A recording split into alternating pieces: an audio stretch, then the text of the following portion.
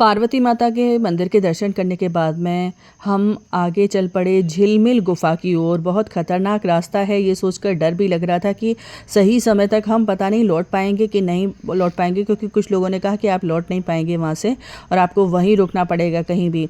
तो डर भी था। ऐसे में भगवान कृष्ण से हमने फिर प्रार्थना की, प्रभु आप ही कुछ कीजिए चमत्कार, और चमत्कार हो गया।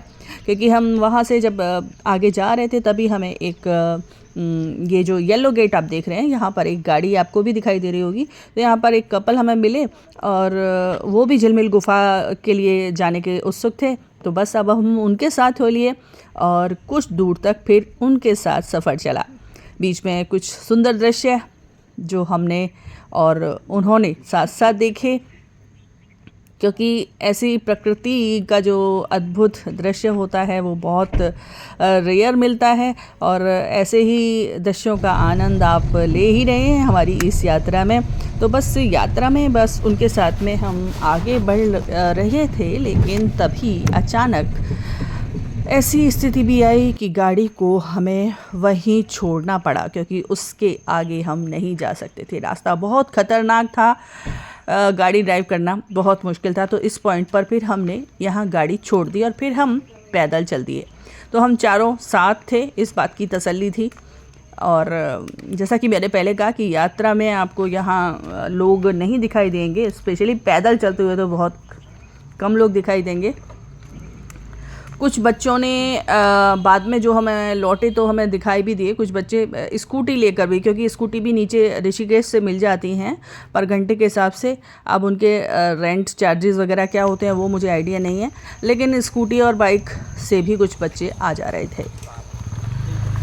तो रास्ता बहुत ख़राब है। हालांकि इस स्थिति को देखकर लग रहा था कि मतलब तैयारियां तो हो रही हैं यहाँ पर कि प्रॉपर रास्ता बनाया जाए, लेकिन बहुत मुश्किल है यहाँ पर चढ़ना। और कहीं बहुत ज़्यादा ऊंचाई है, कहीं बहुत सकरा रास्ता है। तो बहुत डिफ़िकल्ट है, ख़ास करके हमारे जैसे लोगों के लिए जो थोड़ा फैटी भी हैं और जिन्हें चढ़ना भी थोड़ा मुश्किल हो जाता है। और लेकिन ईश्वर की ऐसी कृपा रही कि बस हम चलते चले गए और हमारा रास्ता पूरा आगे हमें मिलता गया और हम चलते गए। देखिए यहाँ पर ना मैंने कुछ स्कूटी भी देखी, मतलब बच्चों को भी फिर यहाँ के शायद होपलेस हो गए होंगे। चल रही हूँ झिलमिल गुफा की ओर। बहुत खतरनाक रास्ता है, गाड़ियाँ भी एक सीमा तक, उसके बाद में ब्रेक लग जाते हैं, स्कूटी भी दूसरी जगह ब्रेक लग जाते हैं, फिर आपको इस खतरनाक रास्ते से पैदल ही जाना होता है। तो झिलमिल गुफा कैसी है और क्या है वहाँ की अद्भुत कहानी, आइए चलते हैं।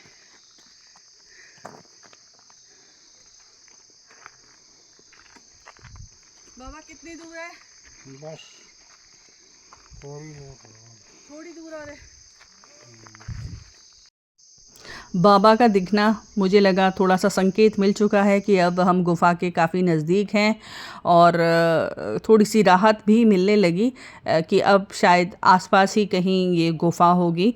और ये देखिए यहाँ पर किस तरीके से जो वृक्ष हैं जिनके लिए कहा जाता है मिट्टी के कटान को रोकते हैं, और किस तरीके से अपनी जड़ों को जमाए हुए इन पर्वत श्रृंखलाओं पर सीधे तने हुए हैं और यहाँ की अनुपम सौंदर्य को बढ़ा रहे हैं।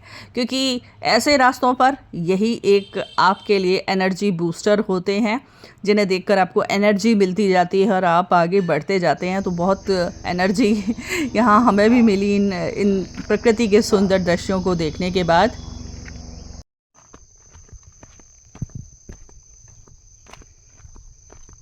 बहुत ही सकरा रास्ता है, पगडंडियों से होकर हम आगे बढ़ रहे हैं। यहाँ पर जब श्रावण मास होता है, यात्राएं आती हैं, तब यहाँ साधु महात्मा या अन्य श्रद्धालु जन आते हैं। संभवतया यहाँ ये चूल्हे भी दिखाई दे रहे हैं और यहाँ वो रुकते भी होंगे और यही भोजन इत्यादि की व्यवस्था भी करते होंगे।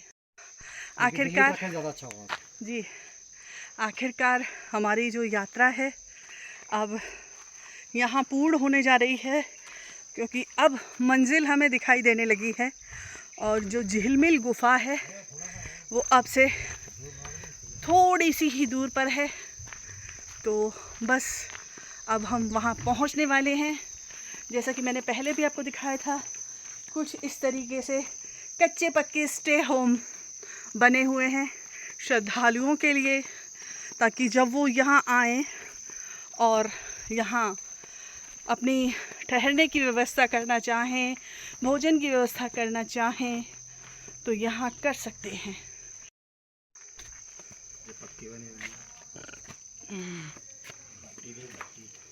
और यहाँ ये पक्के बने हुए हैं स्थान, ये देखिए।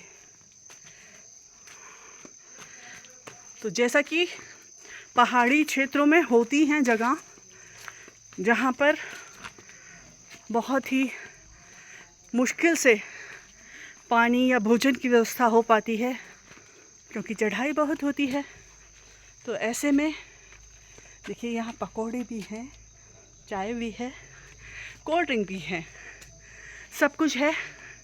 लेकिन यहाँ आने के बाद ये है गुफा का प्रवेश द्वार। गुफा में प्रवेश करते ही यहाँ आपको एक बाबा के समाधि के दर्शन होते हैं। साथ ही साथ यहाँ महाकाली और भोलेनाथ और हनुमान जी के भी इधर दूसरी तरफ दर्शन होंगे। और गुफा के सामने से ही ये सीढ़ियाँ जा रही हैं। जहाँ तक झिलमिल गुफा को झिलमिल नाम देने की बात है, तो ऐसा लगता है कि यहाँ पर जो कभी अंधेरा और कभी रोशनी, आपको जैसे एक झिलमिलाहट, एक दिव्य प्रकाश की जो अनुभूति आपको होती है, इसीलिए इस गुफा का नाम संभवतया झिलमिल गुफा रखा गया हो। और यहाँ पर बहुत सारी चमगादड़ें भी लटकी रहती हैं।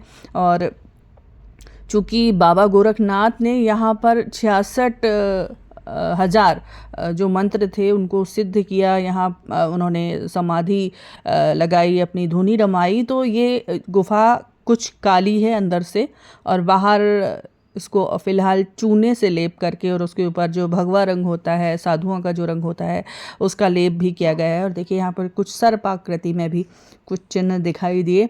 तो यहाँ बाबा गोरखनाथ ने जब तपस्या की तो भगवान शिव ने उनको यहाँ दर्शन दिए थे, और यहाँ उनकी जो है उनसे चर्चा भी हुई, ऐसा जो बताते हैं यहाँ के साधु बाबा वगैरह। और बड़ा ही अद्भुत दृश्य है। यहाँ पर देखिए चमगादड़ें हैं जो आपको दिखाई दे रही होंगी। तो बहुत ही